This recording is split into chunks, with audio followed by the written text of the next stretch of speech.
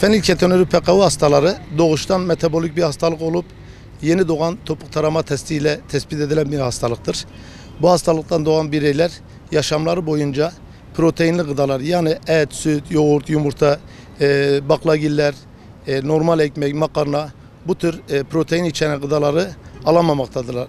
Nedeni de karaciğerlerindeki bir enzim eksikliğinden dolayı bu çocuklar bu ürünleri karaciğerde parçalamayıp beyin hücrelerine etki eden bu ürünler çocukların beyin hücrelerinde ölümlere sebep olup bu çocukların engelli olmalarına vesile oluyor. Devletin bu konudaki katkısı ayda 100 ile 116 lira arasında bir rakam ödeniyor. Ben size çocukların ürünleriyle ilgili örnek bir fiyat açıklaması yapayım. Bizim 250 gram makarnamız 25 lira. 250 gram pirinç yıkamamız 30 lira. Çikolatamızın 1 kilosu 200 lira. Bunun gibi bulgur 45 lira 250 gram. Bir çubuk kraker 70 gram 15 lira. Bunun gibi daha çok rakamları sayabiliriz. Artı ülkemizde bu konuyla ilgili çok büyük bir eksiklik var. Bu hastalıktan Türkiye'de 25 bin civarında hastamız var. Ama maalesef çok kısıtlı bir ürün yelpazemiz var. Biz bu ürünlerin büyük bir kısmını yurt dışından getiriyoruz. Siz de takdir edersiniz ki ülkemizdeki insanların mali durumları bu konuda çok elverişli değil. Bunu yapan çok az aileler var. Diğer ailelerimiz de bu ürünleri bulamadıkları için çocuklarının engelli olmalarıyla karşı karşıya kalıyorlar. İlimizde 170 PKU hastamız var. Ama bunun yanında 250-300 civarında metabolizma hastamız var. Bu metabolizma hastalarımız da diyet aynı zamanda çeşitli ataklar geçirerek hastanelerde yoğun bakımlarda kalmak zorunda kalıyorlar. Bizim 2014 yılında biz derneği kurduktan sonra çeşitli çalışmalarla ilimizde 2017'de çocuk metabolizma ile ilgili bir bölüm kuruldu. Harran Üniversitesi'nde çocuk metabolizma bölümü kuruldu. Buraya bir doktor geldi. 2 hafta önce doktorumuz ayrıldı. Şimdi bizim önceki tedavilerimizi biz Ankara, İstanbul, Adana gibi büyük illerde oluyorduk. Şimdi bandımız tekrar geri sarıldı ve çocuklarımız yine aileleriyle beraber yollara düştüler. Bu arada eğer bu çocuklar bakılmazlarsa her gün bu çocukların engel oranı artmaktadırlar.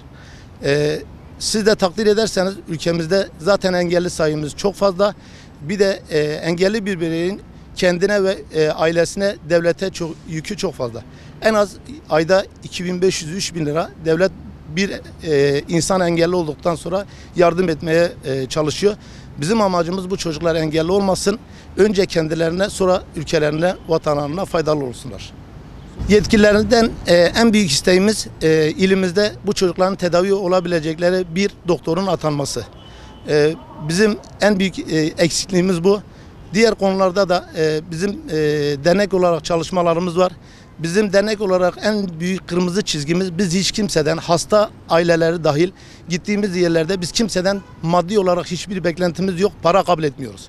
Nedeni de para bizim derdimizi çözmüyor. Bizim amacımız biz bu hastalığı sosyal farkındalık olsun diye insanlar bu hastalıkla ilgili bilinçleri olsun diye biz bu hastalığı ne olduğunu insanlara yayıyoruz. Aslında bu hastalığı bütün toplumun bilmesi lazım. Bütün anne baba adayları bu konuda bilinçli olurlarsa bizim hastalıkla ilgili bir tespitimiz var. 2 damla kan hayat kurtarır. Erken teşhiste çocuklar bizim sizin gibi normal okuyan, kendisine ve topluma faydalı birer birey ama eğer geç kalınırsa engelli, kendisine ve anne babasına yük olan bir birey olarak hayatını sürdürmek zorunda. Benim 2 çocuğum var. Biri 16, biri 9 yaşında. Şükürler olsun ki biz bu çocukları hiçbir gün kontrolü geçirmeksizin hep tedavi ettirdik. Kendilerine gerekli ürünleri sağladık. Şimdi benim çocuklarım normal. Biri liseye gidiyor, biri ilkokula devam ediyor. Gönül ister ki toplumun hepsi bu duyarlılıkta olsun. Çocuklar okusunlar, topluma kazandırılsınlar. Bizim yetkililerden isteğimiz ne olur engelli olmasınlar çocuklar. Bizim tek dediğimiz bu. Size de teşekkür ederiz. Benim 2,5 yaşındaki kızım bu hastalıktan dolayı tedavi altındadır. Sürekli tedavi uyguluyorduk.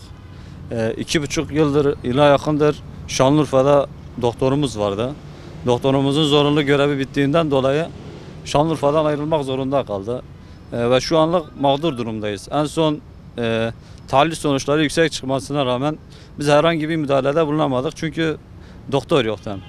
Ve bize dediler ki yan Gaziantep, Diyarbakır, Adana gibi illere gidebilirsiniz. Ancak bizim durumumuz buna vermiyor yani. Onun için şu an beklemedeyiz. Hastalıkla ilgili benim diğer 2 tane kızım var. Onlar istediği her türlü ürünü tüketebiliyor. Ancak o kızım sürekli onların eline bakıyor. Ve ben de bunda gerçekten çok üzülüyorum. Bir de bunun yanında Şanlıurfa'da bir sürü aile aynı sıkıntı yaşıyor. Biz ürünleri bulmakta güçlük çekiyoruz. Ürünler de fiyatlar gerçekten çok yüksek. Almaktan da tedarik etmekten de sıkıntı yaşıyoruz.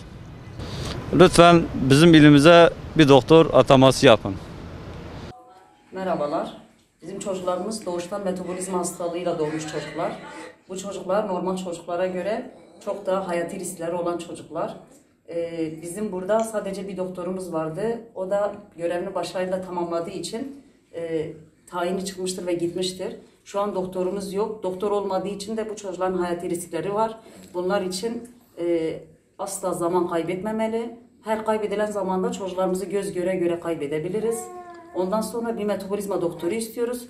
Burası Güneydoğu Anadolu bölgesi en çok metabolizma hastalığının olduğu bölge. Ama maalesef sadece şu an doktorumuz yok. Olsa bile sadece bir tane gönderiliyor. Aslında buraya ana bilim dalı merkezi bile kurulabilir. Bizim isteğimiz batıdaki çocuklar hangi haklara sahipse doğudaki çocuklar da o haklara sahip olmasını istiyoruz. Bizim batıya göç etme gibi durumumuz yok. Öyle bir şansımız yok. Burada doktor istiyoruz. Ayrıca bizim oraya gitmiş arkadaşlarımız bile burada altyapı oluşursa onlar bile buraya göç edebilir. Sesimizi hiçbir şekilde duyuramıyoruz. Ama Cumhurbaşkanımız biliyoruz ki Başbakanımız çok duyarlılar. Onlar bizi duysalar mutlaka bize bir çare bulurlar. Onu biliyoruz. Bu attığımız adımda bizlere yardımcı olmalarını istiyoruz. Oğlumun hayatta kalmasını istiyorum. Mücadele ediyor çünkü ben arkasında duracağım her şekilde. Doktor istiyoruz. Başka hiçbir şey istemiyoruz. Yani doktor olsun yeter bizim için. Biz doktor istiyoruz. Sadece Urfa'ya doktoru gelsin, metabolizma doktoru gelsin. Çocuklarımız elimizde erip gidiyor. Biliyorum çocuk var burada. Hepsi bu hastalıktan. Doktor gitti diye hepimiz de ayrılıyoruz. İstanbul'a, Ankara'ya, Adana'ya. Gücümüz yok, maddi durumumuz yok. Sizden rica ediyoruz. Bize doktor gönderin. Lütfen sesimizi duyun. Çocuklarımız ölmesin, elimizde erimesin. Buna artık dayanamıyoruz. Bize doktor lazım. Doktor gönderin bize. Lütfen sesimizi duyan bize doktor yollasın.